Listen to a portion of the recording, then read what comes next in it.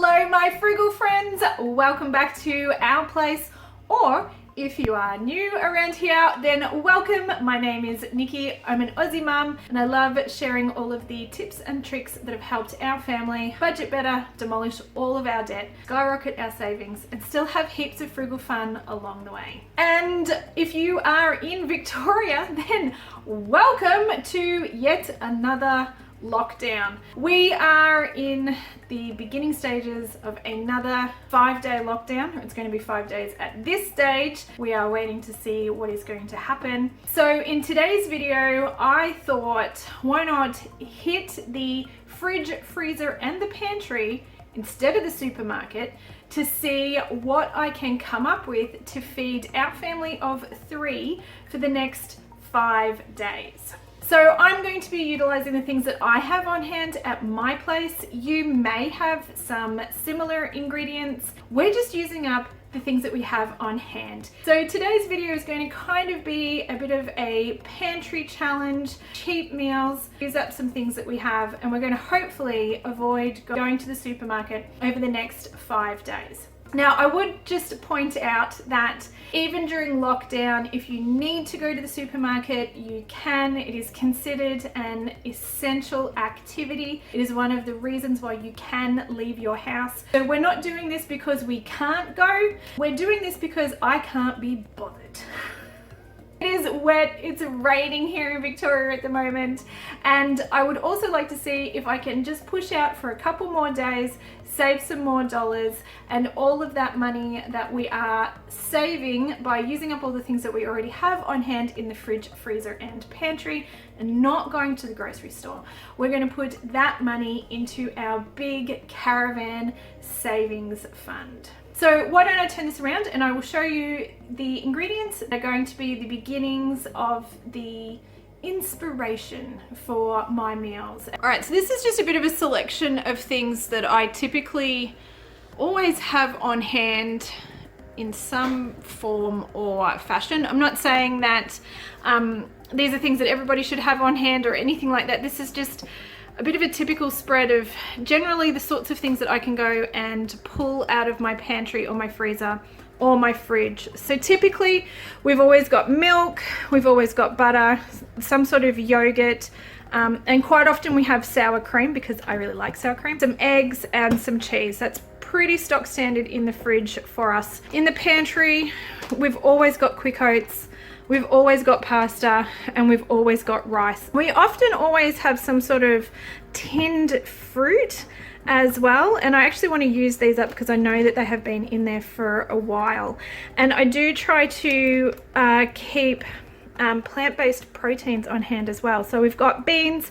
I also know that I have some red split lentils and things like that, which I haven't pulled out. We always have some sort of fresh vegetable and it varies depending on what is in season. So I do have a whole cauliflower that needs to be used up. I've got some carrots, and we also do have a little veggie garden here. So I know growing out in the veggie garden, I have some broccoli and I have some Brussels sprouts as well. So we've always got some fresh stuff, but we've always got frozen stuff as well. So I've got some frozen summer produce here, like some zucchini, and this is some capsicum that's been frozen, but we've also got things like peas and corn and beans and those sorts of things in the freezer. Also in the freezer, I always have yeast. And I always have flour, so I can always make some sort of bread. And then we've always got seasonings on hand. This is just a small selection of all the things that we have, but I'm sure you guys have got herbs and spices. You'll have your favorites.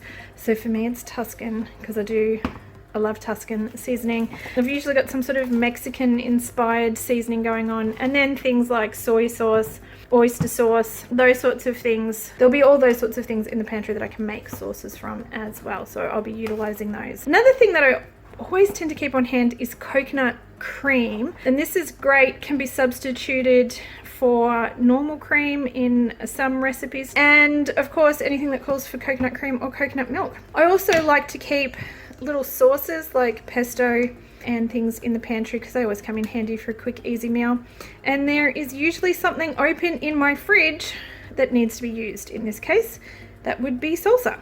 So these are some things that we ordinarily always have on hand in some form or fashion. So I'm going to be using these things, maybe all of them, probably most of them. There will be some things that I haven't grabbed out that I will need. Probably don't have everything here, but this is a start, and I'm going to come up with a few ideas. Hopefully we can get through the next 5 days without having to go to the supermarket.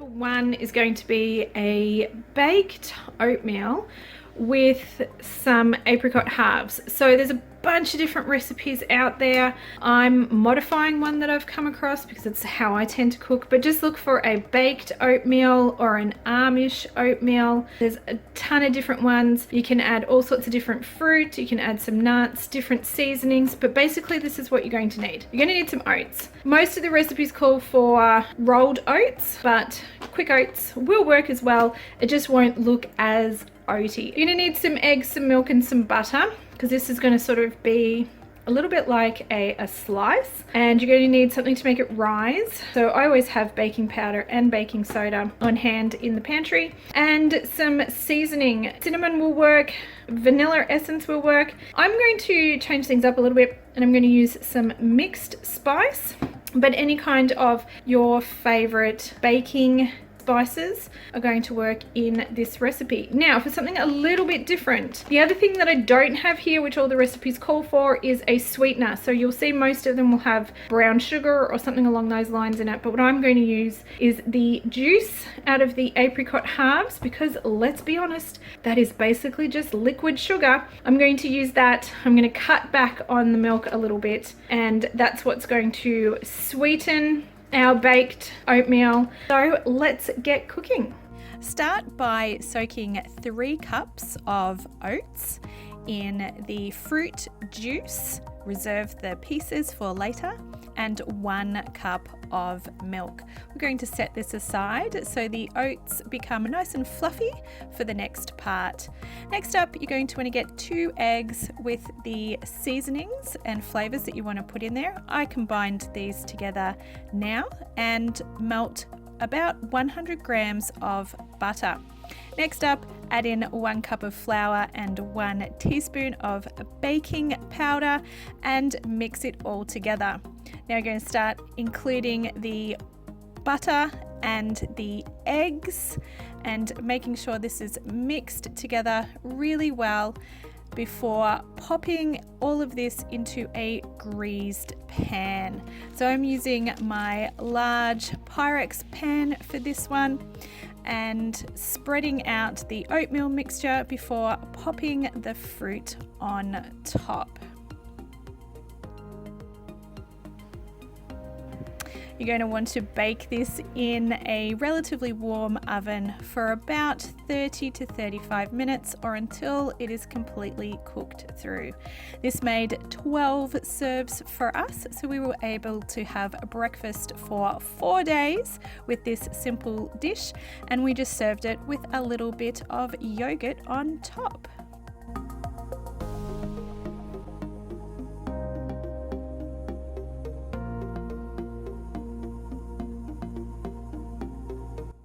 We're going to do some quesadillas here for lunch with some sort of a refried beans, although I know it's not actually how you make refried beans, but I'm going to, let's call them smashed beans. Yes, that might be a bit better. Some Mexican bean mix here. I'm going to put in some taco seasonings, cook that in the pressure cooker and mash it all up together. Going to pop some grated cheese in there, and then we've got some salsa and some sour cream to serve up with. So it's going to be a bit of a 2-part thing. I need to do the beans first and mash them, and then we'll get them into the quesadillas and cook them in the frying pan. So I've just got the beans rinsed and ready to go straight in the pressure cooker, and I'm just going to cook that on the white rice setting, which is about 12 minutes. All right, so I'm going to make these quesadillas for lunch today. So I made the smashed beans last night so they had time to sit and thicken up.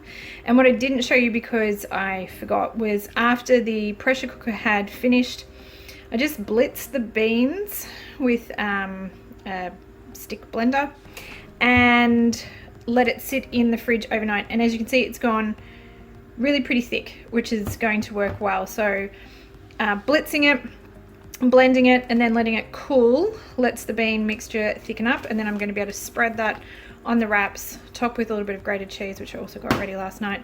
And then I'm just going to stick them in a frying pan.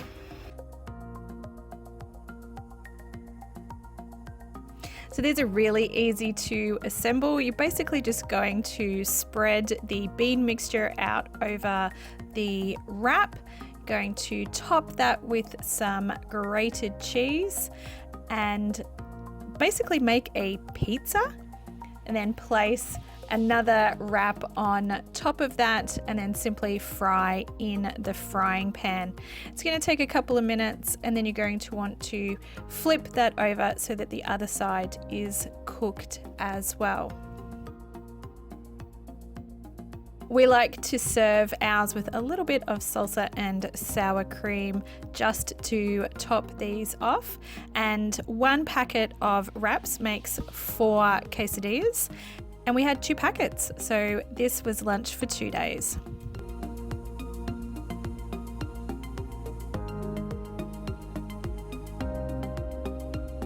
Here is a special request from Charlotte. This is green pasta. So basically it's a basil pesto pasta sauce with any green veggies that you have. So we've got some frozen zucchini slices. These are just sliced up, flash frozen when they're in season and chucked in a Ziploc bag. And I just use them from frozen and fry them up. We have some broccoli that's come in from the garden, and I've got some frozen peas here as well, which I'm going to throw in. And the sauce is just the basil pesto, and today I'm going to use some sour cream. If you don't have sour cream on hand, then the coconut cream works equally as well in this recipe. So let's make some green pasta. This recipe is so quick and easy. You want to start by dicing up your vegetables so that they cook quickly in the frying pan. I like to just quickly microwave things like the broccoli just so that I know that it cooks quickly, and just saute them off in a frying pan. Once they're cooked through, add the pesto and the sour cream and turn that into a paste with the veggies and let that cook for a little bit longer. While that's cooking, don't forget to get your pasta on according to the packet directions. I'm using the entire packet of spaghetti here because I know that will make 6 serves. Once the sauce has been cooking for a few minutes, don't forget to add in those peas, and I like to combine about half a cup of the pasta cooking liquid to the pasta sauce. That helps the sauce stick to the pasta when it's ready to be served. Next up, just combine it all into one large pan, toss through, and you are ready to go. We like to top this off with a little bit of Parmesan cheese, so if you have that in the cupboard, that's a great addition to this dish.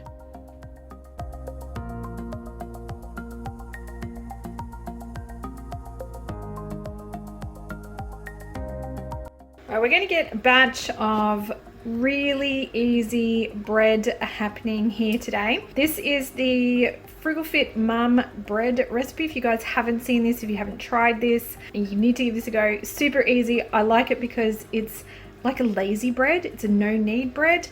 You are going to need some plain flour, some yeast, some salt, some water.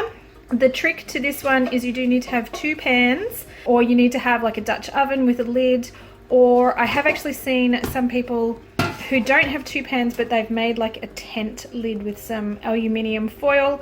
But the idea is you cover the bread for the first part of the cooking, so you do need some sort of way of doing that. The easiest way is upside down pan, which is what we're going to do here today.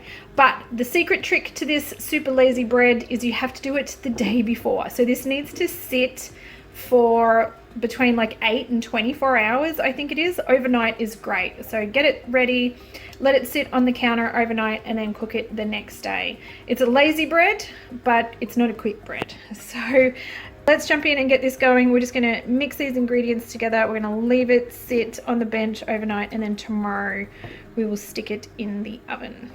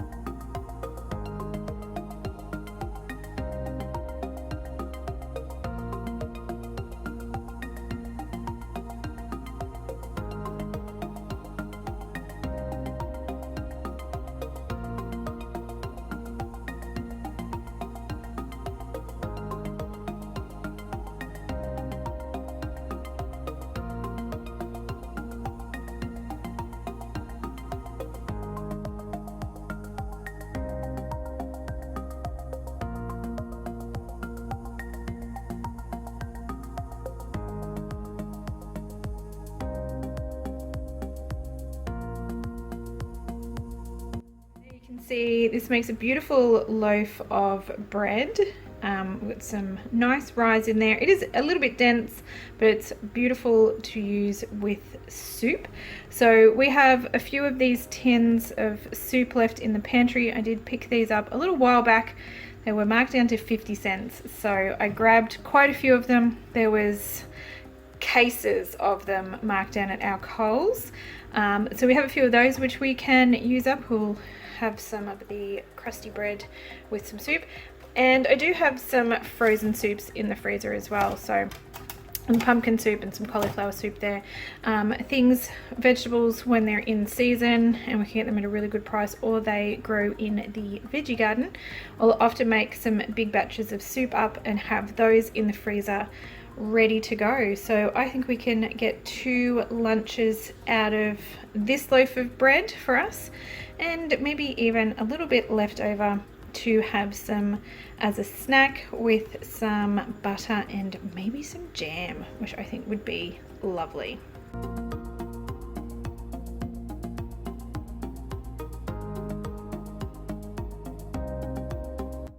To do a take on a cauliflower and potato curry.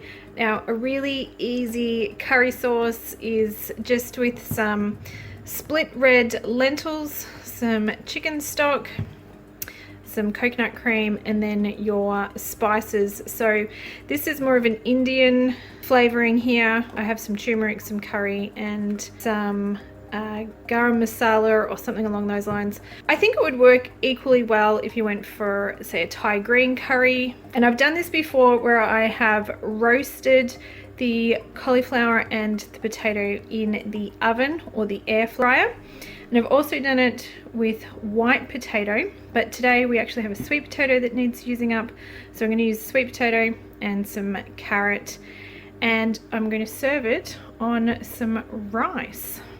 Start by prepping all of your veggies. I like to cut them into bite-sized pieces and coat the potato and the cauliflower in a little bit of oil before popping them in the oven. I roasted these for about 20 minutes at about 200 degrees, but you know your oven, so do what works for you. Next up, to get the curry sauce happening, I like to cook the red lentils. That was about 3/4 of a cup in twice as much liquid.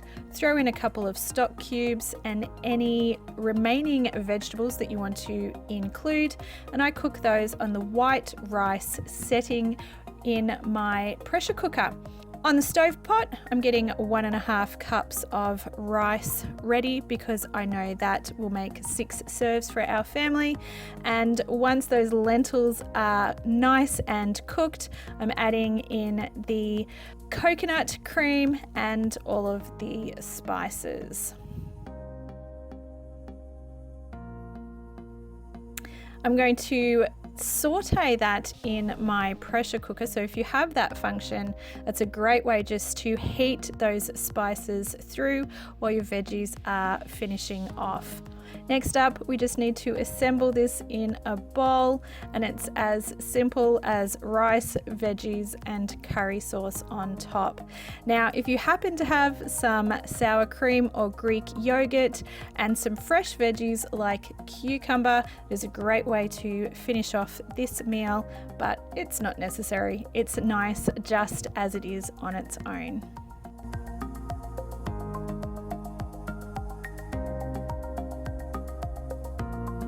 The next meal I'm going to pull together here is inspired by the black beans, pineapple, rice that I saw over on Running on Plants, Miranda from Running on Plants. I've seen a few recipes where they've called it black bean and Hawaiian rice. Basically, we're going to have black beans, pineapple, rice, and some stir-fry veggies. In Miranda's video, she used just a bag of stir-fry veggies. I don't have that, but I do have some carrots, some frozen capsicum, and some zucchini. So I think that is along the same lines. And I thought to change things up a little bit, I'm going to add some coconut milk and do like a coconut rice. And I thought I would add a little bit of seasoning, and I was going to run with some spicy Cajun seasoning to give a little bit of spice to balance the sweetness. So this is a new recipe that I am just making up on the fly. So let's see how this goes, and hopefully this works. This is a great dump and go recipe, so all you really need to do is rinse the beans, make sure that all the veggies are diced up and ready to go if you're not using a packet mix. And I measured out 1.5 cups of rice because, again, I know that makes 6 serves for us, and I included 1.5 cups of water and a 400 ml tin of coconut cream, plus the juice from the pineapples was enough to cook the rice and the veggies. So basically we're just throwing everything in the pressure cooker, and it's going to do all the work for us. The only thing that I would change next time is I would add a lot more of the Cajun spice, probably 2 to 3 teaspoons, because I really couldn't taste it. Once again, we're just cooking that on the white rice setting, which is 12 minutes, and it is ready to serve. Well, thank you so much for spending a little bit of time here with me today at our place. I hope you enjoyed today's video and maybe found a couple of new ideas that you might try at your place to save a couple of dollars. As always, if you did enjoy today's video, if you could please give it a thumbs up, I really do appreciate that. It lets me know the kind of content you guys are enjoying and what you would like to see more of. And if you would like to see more videos like this and you haven't already subscribed, I do hope you consider hitting that little red button down below so you can be notified when my new videos come out. Well, I hope you guys are having a fantastic week, and I do hope to see you in my next video. Until then, take care, my friends. Bye.